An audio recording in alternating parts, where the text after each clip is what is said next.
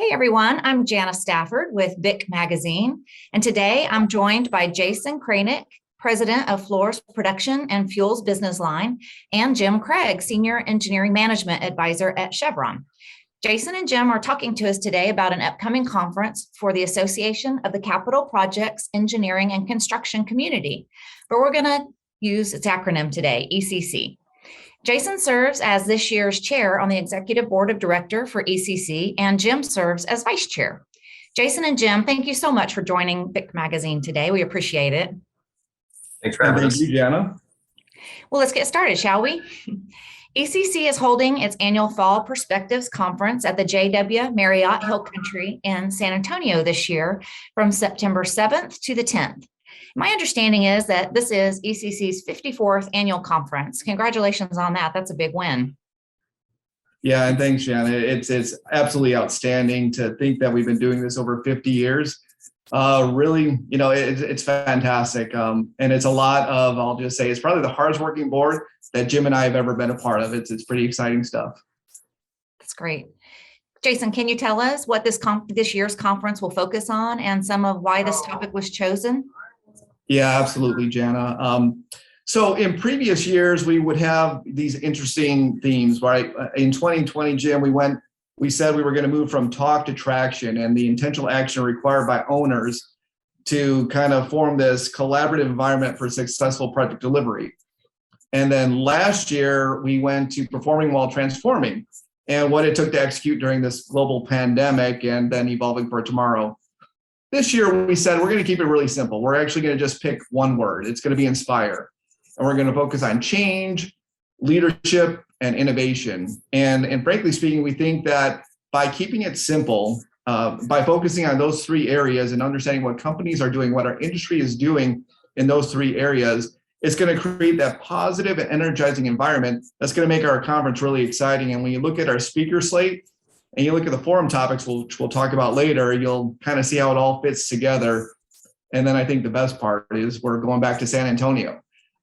We've had great success in the state of Texas, and every time we seem to host this in San Antonio, we get really big numbers. I think the last 2 years we were there, we were at 900 plus and 1,000 plus, and we're well on our way to hitting those numbers with over 500 people registered already with about 2 months to go. Wow. Well, the Inspire theme sure seems to be hitting home. And who doesn't love San Antonio, Texas? Exactly. It could be a little warm sometimes, but aside from that, we got that covered too. True. You'll be later. You'll be in the fall. It should be okay. So, Jason, the ECC Association has been around for more than 50 years, as we said. Can you tell our audience about its mission? Yeah, we've been very fortunate to really attract leaders from all areas of engineering and construction. And our mission is really focused on promoting thought leadership related to capital project delivery. And it really includes every part of the ecosystem when it comes to delivering projects, from owners to contractors and suppliers to academia. And the neat thing about our conference or the mid-year events or even our first ever ECC Extra event, which we hosted in January, we create this platform where we all get to collaborate, share best practices. I like to refer to them as recipe cards on how to deliver, these projects with some significant market headwinds. So the great thing is we have great speakers that talk about where we are today. We touch geopolitical issues. We touch market issues. We have industry leaders. We do some great recognition around awards. We have an ECC Achievement Award and a Spirit of ECC Award, which is really exciting. But the best part is that we bring all these folks together, like I said, 900 to 1,000 people, and really just address issues connected to the capital projects industry. And I think by doing this for 50 plus years and being consistent and then expanding, we've really been able to touch some great things. And this year, we're going to talk about our low carbon future. We're going to talk about digitalization acceleration on capital projects. And then one of the topics near and dear to my heart, and I think anyone trying to deliver capital projects today is talent retention and attraction post this great resignation and what we need to do as an industry to keep people really excited about what we're doing. Certainly relevant topics today. So, hey, switching over to you, Jim, talk to us a little bit about committees and what are some of them within the ECC? So the ECC has quite a few committees, and I would say the majority of them really are putting together this conference as Jason has been articulating. I mean, we're a working board, so we have committees around setting up the keynote speakers, to the breakout sessions, to the sponsor only session, which happens the day before the conference kicks off. But one of the committees that we really enjoy, and I think everyone takes a lot of energy in, is our Future Leaders program. We have a large group of young professionals, about 14 years into their career, and really the cream of the talent coming up within the corporations. And it really gives them a chance to network within the industry and get outside their current jobs and learn what other people are doing, right? And really build a bond as they build their careers and go further. So we take a lot of pride in our Future Leader program. They do a lot of work for their own sessions as part of the conference. And they also have a mid-year session that they do, and they have some really good speakers and some really good ideas that not only help shape what they do, but really help shape our conference too, which we really get a lot of energy from. So they also are out there doing some fundraising for some of their own initiatives that they like to do. I think Jason's going to talk about that later a little bit, around Bridges to Prosperity, which is a great organization to build bridges for communities in Africa. So yes, there's a lot of committees and a lot of work that goes on behind the scenes to make this conference happen. And I think everyone takes a lot of pride in what we end up in September and when we go to San Antonio. Being involved in the Future Leader program must feel really good, being a part of shaping those professional lives and their futures.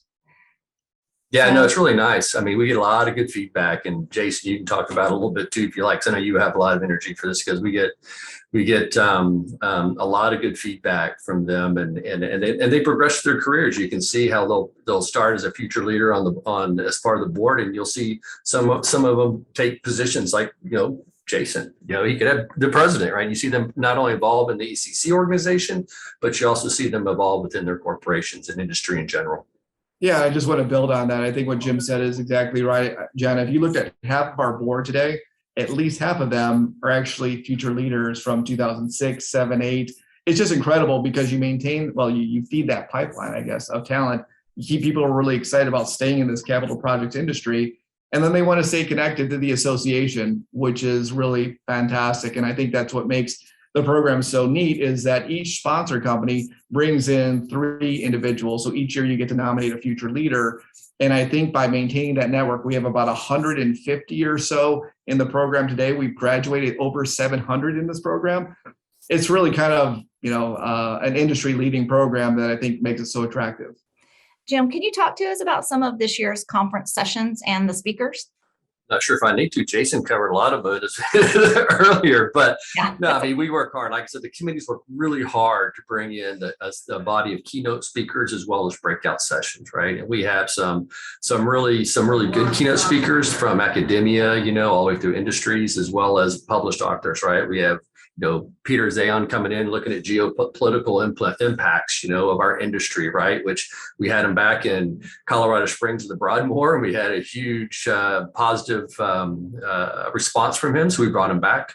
Ewan Drummond from BP, Amy, I hope I say your name correctly, Jaffe from Tufts University to come talk to us, as well as Duncan Waddle. This guy's from Disney. He's going to come talk to us about innovation. So you can see that we're trying to get outside our comfort zone of energy to bring more thought into it, right? To, again, go back to the title, inspire, inspire leadership, inspire how do we do change, and inspire innovation. So from a keynote speakers, we got a really strong slate, and please go to the website and register and go look, because we have more speakers than that. I'm just giving you a highlight of what we have. And then from breakout sessions, we do have covering kind of gamut of things, right? We have sessions around contracting where we're looking at alliances, as well as blockchain and how can blockchain affect project outcomes, as well as alliances. We have the circular economy that we talked about. We talked about it last year, and we're continuing that conversation around that, as well as low carbon solutions. And then you can get into a little bit around digitalization of capital projects and how can that impact project delivery going forward. So, again, we're trying to inspire people. We're trying to get people to think differently. And then I will say the last kind of things is around the people portion of this, right? We have a session on, as Jason mentioned earlier, retention and attraction of talent, because it's a concern in the industry of how do you bring those people in. We also have something around leadership in this changing world, which should bring up some good conversation. And then, of course, we have some one topic around human performance and safety culture. So you can see we're trying to hit the gamut, really hit all levels of the organization and the people that come to our conference. And again, I stress, please go to the website, ECC-conference.org, and take a look at the whole gamut of the program, as well as register while you're there. Jason, you have anything to add? Yeah, I mean, you'll see the agenda on there. The great thing about how we've laid out the 2 days that we actually have that conference, you get a chance to attend multiple forums. So if there are things that Jim mentioned that are really interesting, the great news is you get to see it there. And then I think some of the best things that we do as an association is we publish actually the presentations. Some of them get redacted, of course, on our website. And I think that's really great for people to refer back to on some of the content that's delivered. And the last thing I would add is we listen really to our attendees. Each year we do our surveys, we bring in people that have attended the conference, and we make sure that we're adjusting our content to really hit the most critical issues, that we're facing in industry today. Jim or Jason, either, would you be able to give us an update from your perspective on how the industry is doing as a whole, kind of moving away a little bit from the ECC conference and just industry in general? We'd appreciate any updates you have for us. Sure. I mean, I want to hear what Jim has to say. Look, I want to hear what you have to say, Jason. I